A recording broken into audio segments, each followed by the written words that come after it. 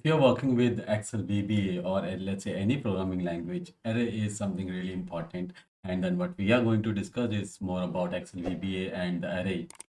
So the topic that we'll be covering is more of how to create an array or how to declare an array, then fill the data with the help of an array, retrieve the data from an array, and then most important thing, how to speed up the code with the help of an array. Then we have dynamic arrays, and then we will be also doing how to pass an array to another function or procedure.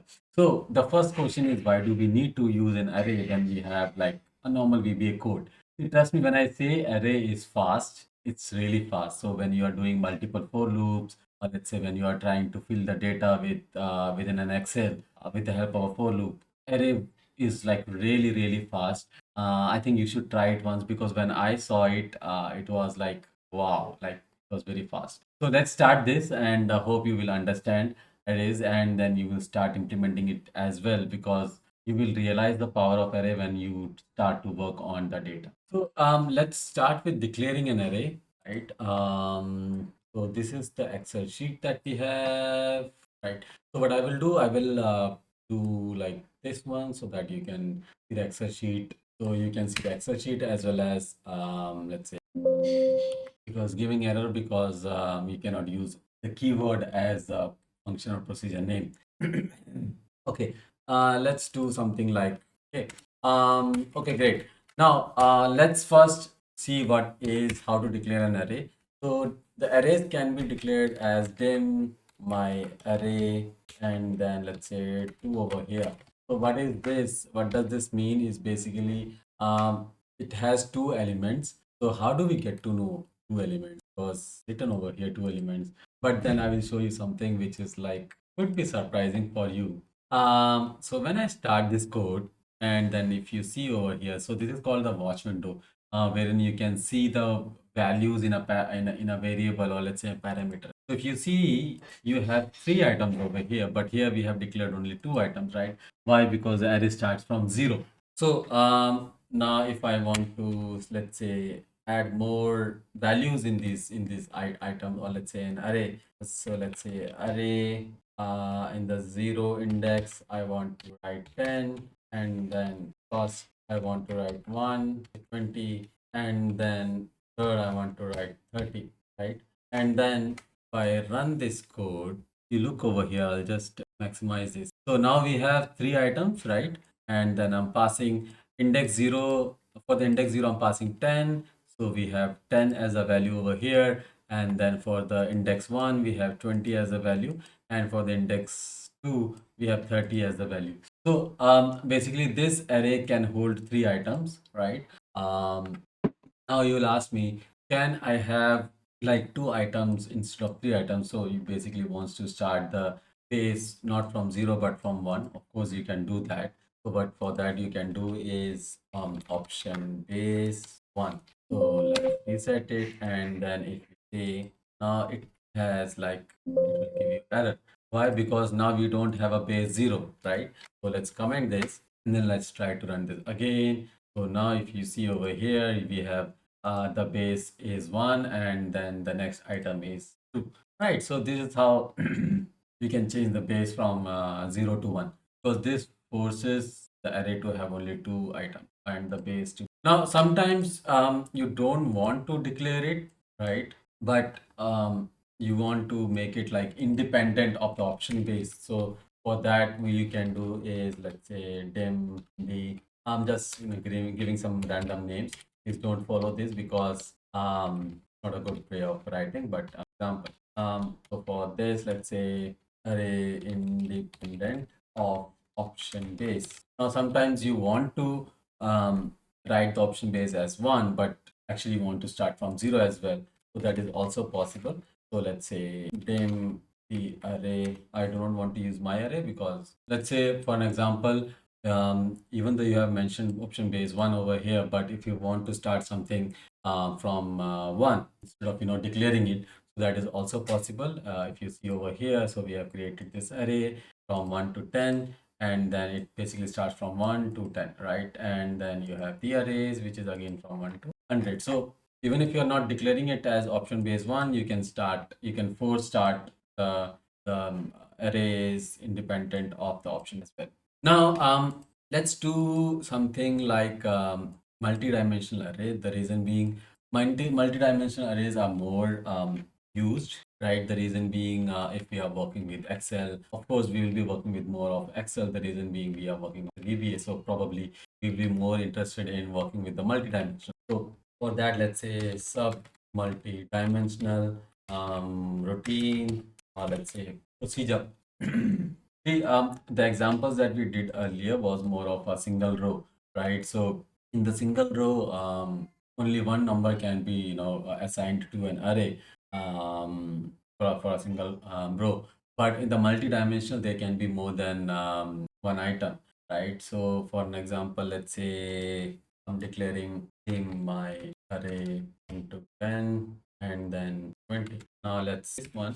So now if you see over here in the watch, so we have now multi-dimensional. So how do we get to know if it's a multi-dimensional or not? Because earlier we could see something similar, right? But now it's an array within an array. So for an example, now if I say, let's say my array, so here we have 1 comma 1. So let's say 1 comma 1 is equal to 10, and then right. So now if we run this, now we have multi-dimension. The multi-dimension means, so this is one dimension, and within that we have another dimension. So I'm saying 1 comma 1 is 10, and then 2 comma 3, which is somewhere over here, 2 comma 3 is 20.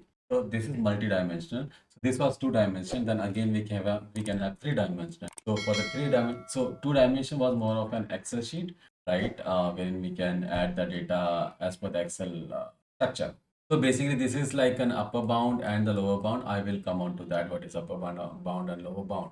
So the three-dimensional can be written as, let's say, right. So it can be dim my array, and then it can have 1 to 10, right, and 1 to gain 10, and then you can have gain 4, right. So now this is a three-dimensional array. How? I will show you this, and then let's say add to watch, and then if I run this one, if you see, we have 1 dimension, 2 dimension, and then there's a 3 dimensional array, right. So this is how you write a 3 dimensional array. So we have not passed any values to the dimension, so it will not be okay. Great. Now let's do a real-time example. What we will be doing, we'll be filling up an array, and then maybe we can with that array we will pass that values to the Excel part. So what we will be doing is more like, now let's fill an array and enter into. Okay, great. So what we're gonna do is option base 1, because we want to start the base from 1, not 0.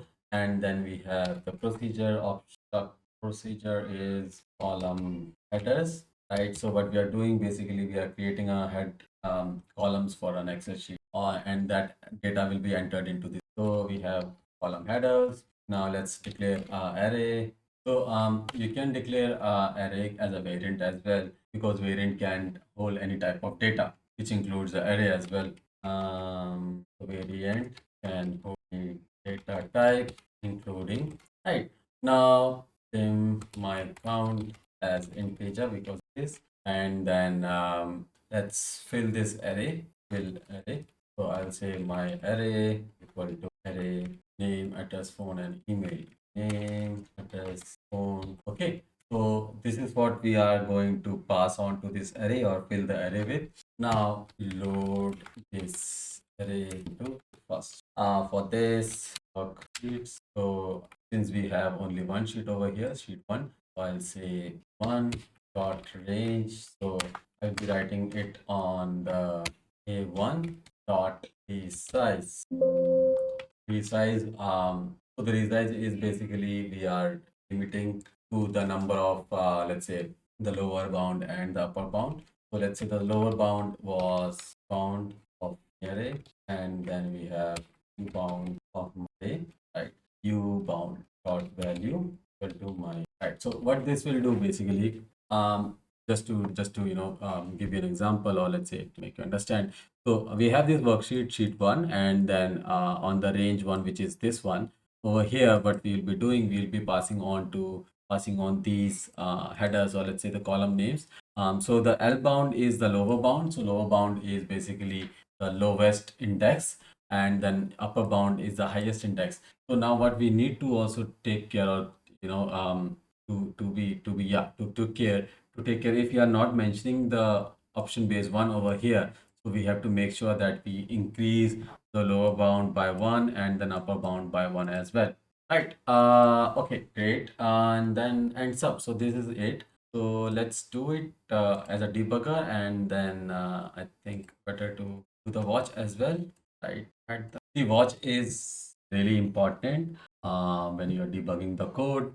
And if you're a new beginner in the Excel VBA, try to have all these, or try to incorporate all these kind of let's say, habits to work with immediate window and the watch window. This will make your life easy. Let's see debug. So we have my array as variant, and then we have count. Basically, we do not needed my count. So now we have my array. So we have like name, address, phone number, and email. So this is a one-dimensional array. The reason being we do not need it multiple arrays, right? We need just a single. And then since you can see, oh sorry, it's a dimension. Since now this array values are there in it's passed, and then if you pass it, now if you see over here, we have name, address, and phone number and email, right? And this is it. So it's really simple, and then it's really useful when it comes to memory management, and also the runtime for the loop, or let the code to run. Now see, this is a general case in most of the time, but sometimes let's say you have the data over here in the first row, right? And then you do not want data. So what you normally can do is basically you have to pass another range as well. For example, let me show you something over here. Instead of say data array equal to array, and then let's say name is Ranjit, and then address is Dubai, and then phone is this one, and then email is ranjit@mymail.com. Right, so this is another array, and then over here I'm saying instead of passing all these, what we can simply do is change. I'm saying it should be from a to right now, since we do not have much data, so it's straightforward, but generally this is how you can do that, this as well. So if I run the code again, now we have like two arrays over here, and then right, so now we can, instead of passing all the resizing and all, you can simply pass the range and it will be accommodated. Now sometimes you do not want to enter the data straightforward. Let's say you want to enter the data on an alternative basis, right? So let's do that. After altern row, right? So what it is doing, let me just comment it. Enter or fill alter, right? So this, okay. So now let's say we have another sheet. Okay, so what we are gonna do is basically so first we will transfer these values to an array in the Excel in Excel VBA, and then we will maybe move this data from this location to somewhere else, right? So we'll see what we need to do. It's all about just learning, right? So let's start this, and then what we will be doing, since yeah we are working on. Okay, let's start with me. Okay, good. Now let's how do we begin? Let's declare the variables first. So what we're gonna do is we have how many records? So we have 5 records, right? So for the 5 records, we will need I think 2 or 3. Let's start with 3, because then we will see how many rows do we need, because we are not, yeah, basically skipping one alternate row, right? So same 2 3, and then since we are alternatively working, so it's like 1 2. So putting I as integer, I integer, I prefers to pass on some variables so that we can use it later on, but don't need it, then we can int j as integer, and let's take down integer pass. Okay, so now in the array with alternate for I is 1 to 3, next I, and then for j equal to 2. Okay, my array I comma j equal are taking the alternate rows. So let's start it with worksheets dot two dot plus I plus two I into I into 2 and then j plus 1 dot value, right? I will come on to why we are doing this. We have next step, right? So okay, so now what we can do is I will show you why we did that. Then you will understand with the help of debug. Let me add it to the add watch. Okay, and this was sheet 2, right? Yeah. So now we have from I is equal to 1 to 3. So now we have cells. Let's get the value of this one to the immediate window and see what is the value. So we have 27. So this is 27 that we have. So I comma j. So I is our what? Let's see. So first cell and first row, first column has 27. And then if we go back and then see what do we have? So 38. 38 was this one. So we have 1 comma 2, which is the second column. First row is 38, right? Now, since it was supposed to do only two loop, so now it will exit it, right? So first row is done. Now what we are doing, we are going to the third row, because what we are saying is to increase the I with the 2, right? So what is the value of I is 2, right? So now say 48. 48 is this one. So what we did, we basically skipped this data, right? So we skipped this one and then we will also skip this one, right? So now again 25, which is this one, is skipped, and then again it will go out of the loop, and then again it went inside, and then do we have anything? Yes, we do. So this is the third array, or not array, but the row, right? So 37. So now since we have only 3, it will exit. Now what you could have done over here, instead of passing the hard coded value, you can pass the variable as well, which we will be working on this very soon, right? So this is done. So now we had our array had the data. Now what we need to do is let me clear this, and then what we can do is we can add the summing over here, right? But pass data from array to exit. Okay, so now for I my count equal to 1 to let's say the lower bound L bound my array to upper bound my array. Next, so always it's better always to make sure that you enter the for loop, and then after that then because sometimes we miss it and then looking for what is the error. Even though my I mean VB does tell you this is what is missing, but I have this kind of good way of work. Okay, so we have lower bound, which is the starting bound of this array. So when I say array, okay, let me run this. Only comments may appear after ends up. Where is it? Right. Now, if you see over here, we have the upper bound and the lower bound. So this is the lower bound that we have, and that is the upper bound that we have. So now, if you see the lower bound is 1, and then upper bound is 3, of course, 3. But now what we need to do, we are basically summing up this data. So worksheet and then dot 2 dot cells my count, because what we are doing basically. So whichever row that it finds, it will make the sum. So 4 is basically the row, or sorry, the column that on which we are trying to enter the data is equal to. So I lose the array. Yes, I let you as well. Okay, so we have array, right? Okay, so now we have this worksheet doing it, man.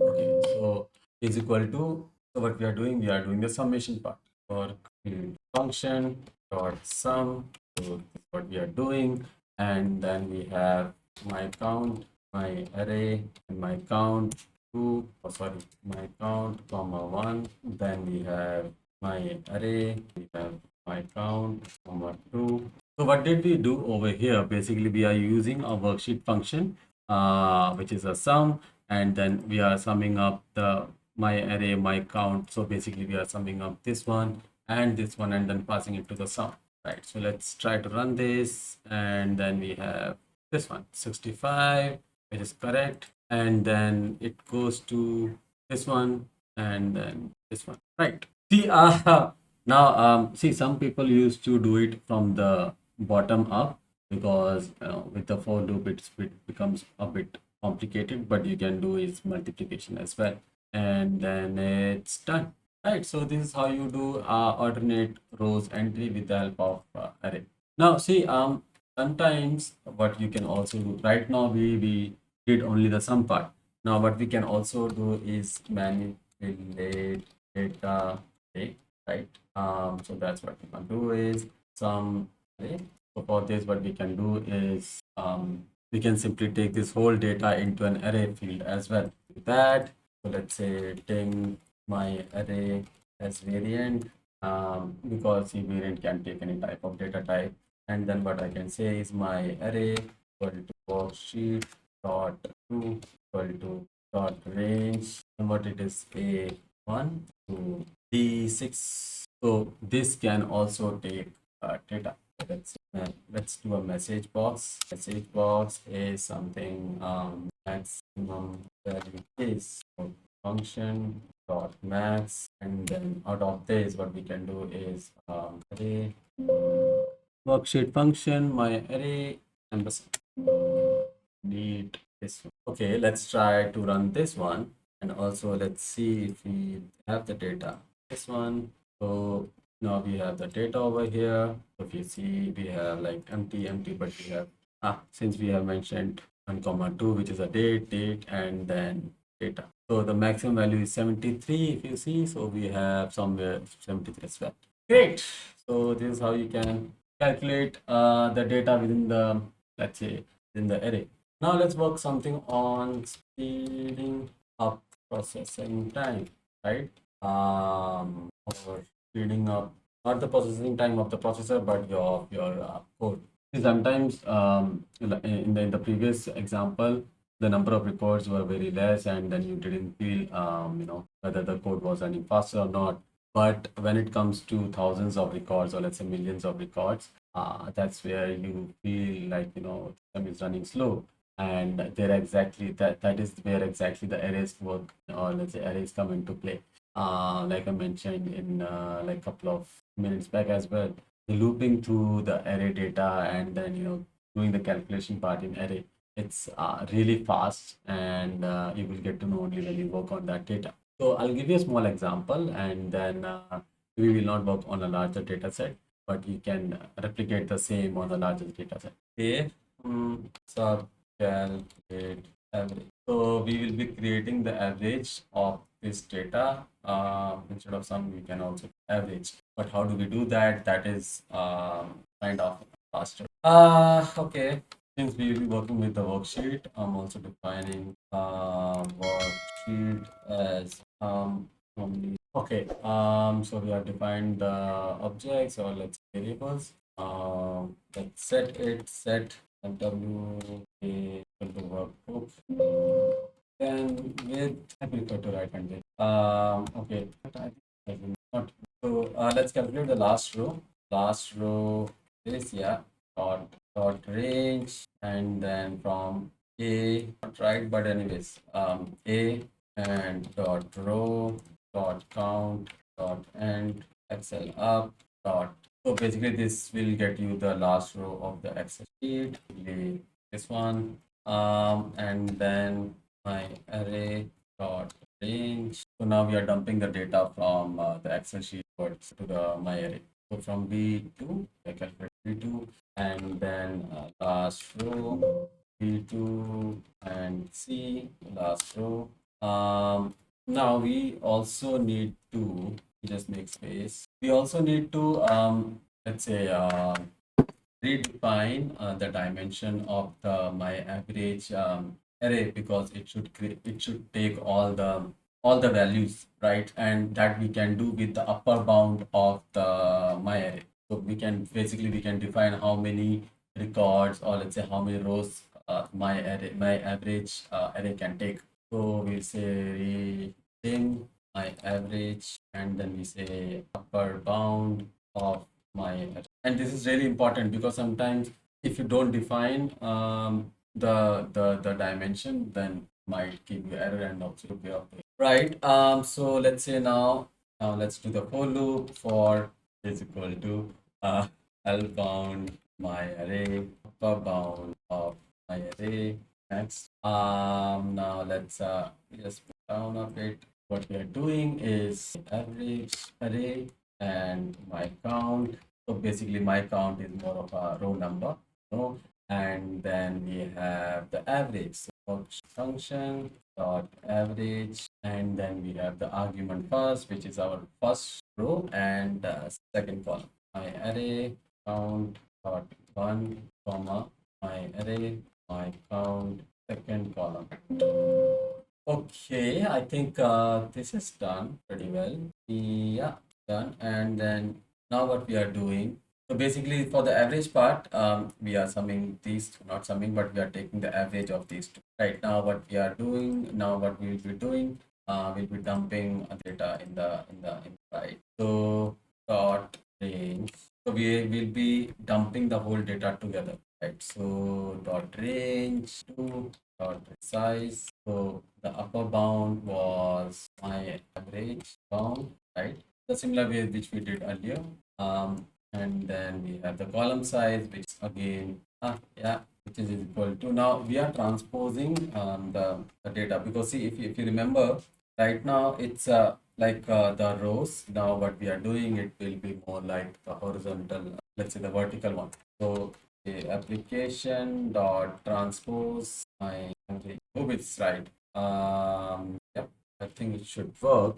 Let me just write average over here. Average. Let's run this. So what basically we did, we are just dumping the data over here.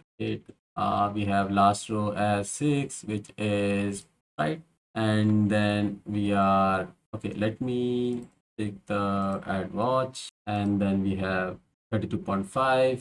So basically we are doing a single dimension array, and that's why it's on the row level. So right, so now we will be converting it into column level. That's why we did the transpose over here. So now if you see over here, it's the average is done, and then done. So this is how you create the average with the help of my array. Basically, like I said, it will be faster if you work with larger data. Now let's work on dynamic. See, sometimes you don't need to know how big array can be, right? Or it needs to be. And then you can also know how big an array could be. Like, but see, or you can create an array irrespective of the size of the data it can take. But see, that will be a waste of memory, as well as the your system can go a bit slow if the data is too much, if you are not like properly managed when it comes to the memory management as well. So for this thing, you can use dynamic arrays. So in this, we do not set a size of the array, but you can leave the parenthesis, let's say, without any value, or let's say, as an empty set. So for example, you can create in my array, and then you can do something like this. So let's this some dynamic array and stuff. This. Okay, so this is how you can declare the dynamic array. You don't need to pass any values and left empty. So we can pass as string. Now what we are doing, we are basically let's take the name of the sheet. Worksheet can be visible.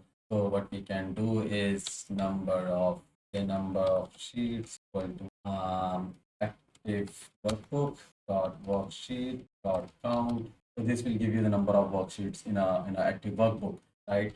So the size of array, and then we redeem it as array. One to I need to define the sheet, but that dim as long. So now we have defined the no number of sheets. So basically, even though you are not declaring the size of the array, but you need to redefine or redimension the array with when you get the actual value or how much data will it take. So for that, and then you can pass that value to that array. So let's say for find one more in my count as empty, right? So for my count equal to 1 to number of sheets. Next, and then what we can do, my array count basically my count is we are defining the number, and then we can say of the index number workbook dot worksheet. So basically now we are taking the name of the sheet equal to count.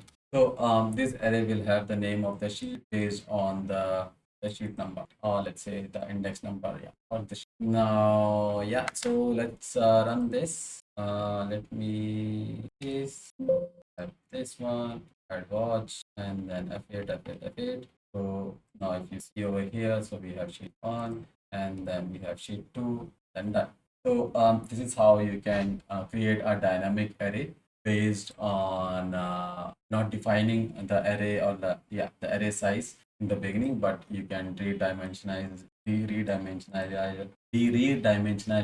it later on. Okay, great. See, one more item in this, or let's say a topic in this, is a preserve word, which you can use somewhere over, let's say, during re-dimensionalizing it is like over here.